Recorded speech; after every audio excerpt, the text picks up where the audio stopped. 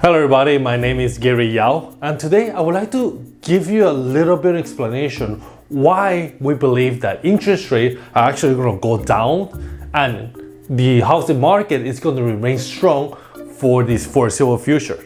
So let's get started with talk about interest rate. Now let's say, what moves interest rate? The number one factor that moves interest rate is inflation. Why? Because during the pandemic, in this short 2 years, we printed 1/3 of all the money circulation since we started as a nation back in 1776. Imagine that. For almost 250 years of history, we managed to print 1/3 of everything that is in circulation in just 2 years. Now, that's the first, is inflation. The second reason that affects interest rate is the federal purchases of the purchase of MBS, mortgage-backed securities. Now, the Fed is tapering, and is this concerning? Let's break it down. There are 40 billions with a B in new mortgage-backed securities purchase, which is MBS. There are 80 billion invested in treasuries. 80 billion in treasuries. 60 billion is reinvested in money loans that are paid off. And that is totally 180 billion. So it's 40 billion in mortgage-backed securities, 80 billion in treasuries, and 60 billion in loans that are paid off. In total, it's 180 billion per month.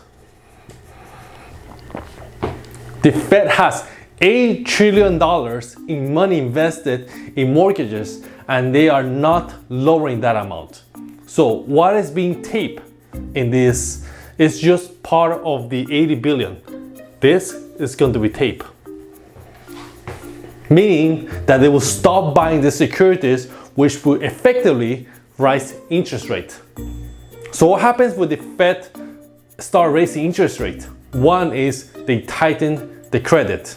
Second, slows down the economy. And the goal is to bring down the inflation. Let's look at history. In 1970, Arthur Burns, the federal chair at that time, in 1970,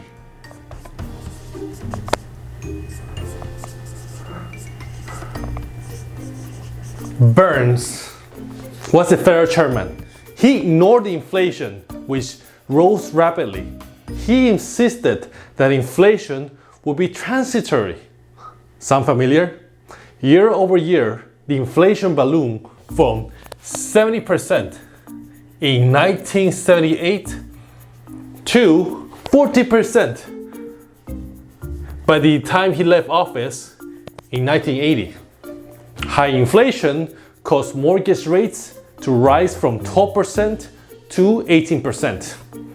So mortgage rates were 14%, it went to 18% mortgage rates. Next, after Burns left, Paul Volcker in 1980. Let me come here. 1980. Paul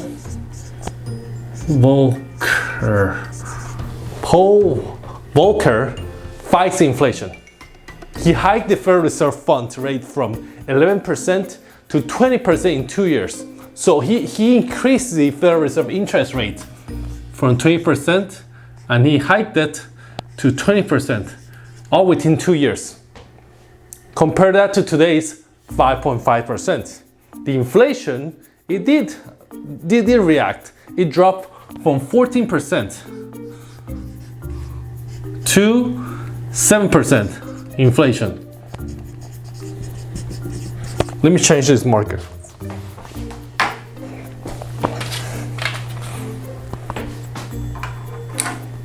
And because the inflation dropped, mortgage rate also sharply declined from 18%. It went down to 12% mortgage. But there were consequences. The S&P sharply declined by 30% at this time. So the S&P, the stocks, dropped 30%. Tighter monetary policy pushed the US into recession in 1982. After that, we came the 90s. So, in 1990, we have Alan Greenspan. Alan Greenspan, in the late 1990s, inflation doubled from 1.75% to 3.5%.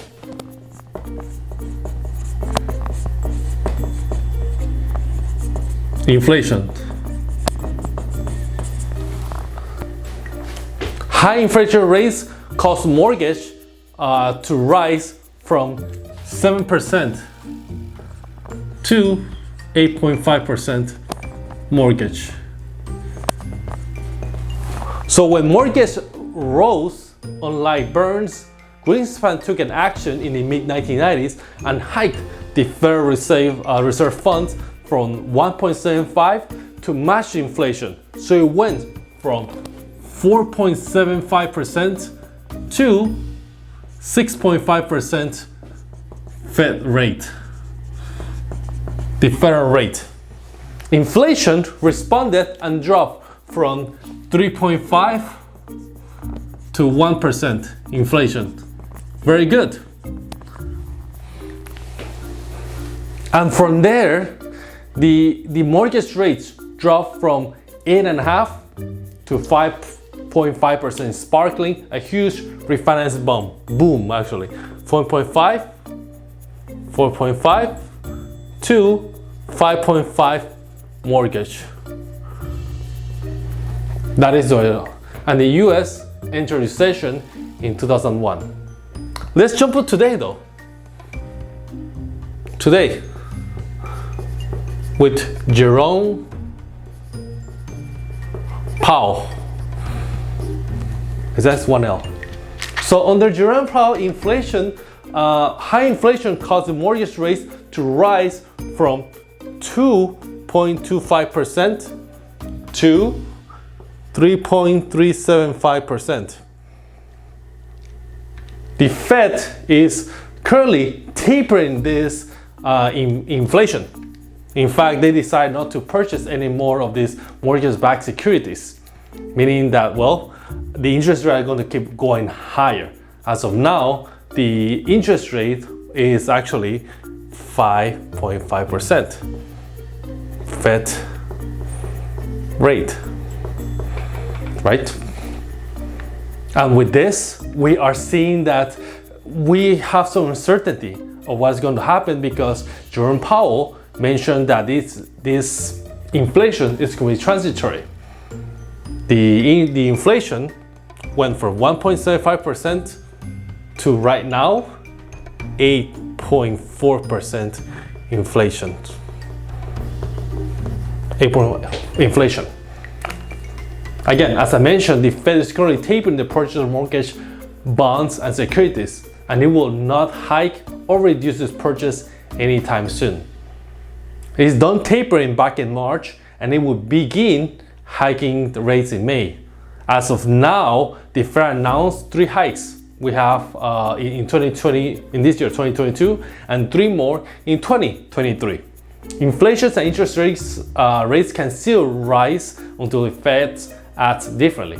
If the Fed can tame the inflation, mortgage rates should drop, but maybe from higher levels. So let's recap. Now, let's recap, shall we? Do you see a pattern here? The Federal chair under Burns and Volcker, inflation went from 7% to 14%. Mortgage rates went up from 12% to 18%. the federal funds rate went up from 11% to 20%. Inflation response went down, the inflation went down, mortgage rates went down, and the S&P, the stock market, went down, and we hit recession. Same with Greenspan. With Greenspan, inflation went up, mortgage rates went up, the interest rate, the federal interest rate went up. However, with the inflation response, the inflation went down, and the mortgage rates went down. The stock market went down 50%. You can say it's a crash, and we hit a recession. Now, under Powell, the inflation actually went up, the mortgage rates went up, the federal funds rate went up in 2022. This year, the inflation should drop, as we can see that the federal funds went up, the inflation should drop. The mortgage rate, it should decline, because as we can see from before, it dropped every time. The consequences, right now, the stock market is expensive and the economy is slowing down. Could it be a recession? Very likely.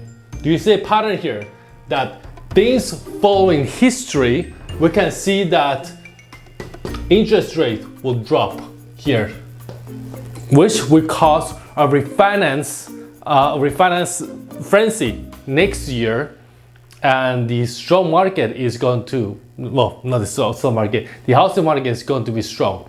Inflation, mortgage rates, the federal fund rate, all this is going to create a strong housing market. So what's the forecast? Rates will go up in near term to 7% by the end of this summer. Recession is going to hit around in November. The rates will drop to 3% and high 2% by next year. It's going to boost a demand in housing. The housing market is going to continue strong. And that's why we predict that interest rate will go down next year and will cause prices to continue on going higher as we will have a shortage of inventory. And with this, I would like to say my name is Gary Yao, and I will talk to you soon.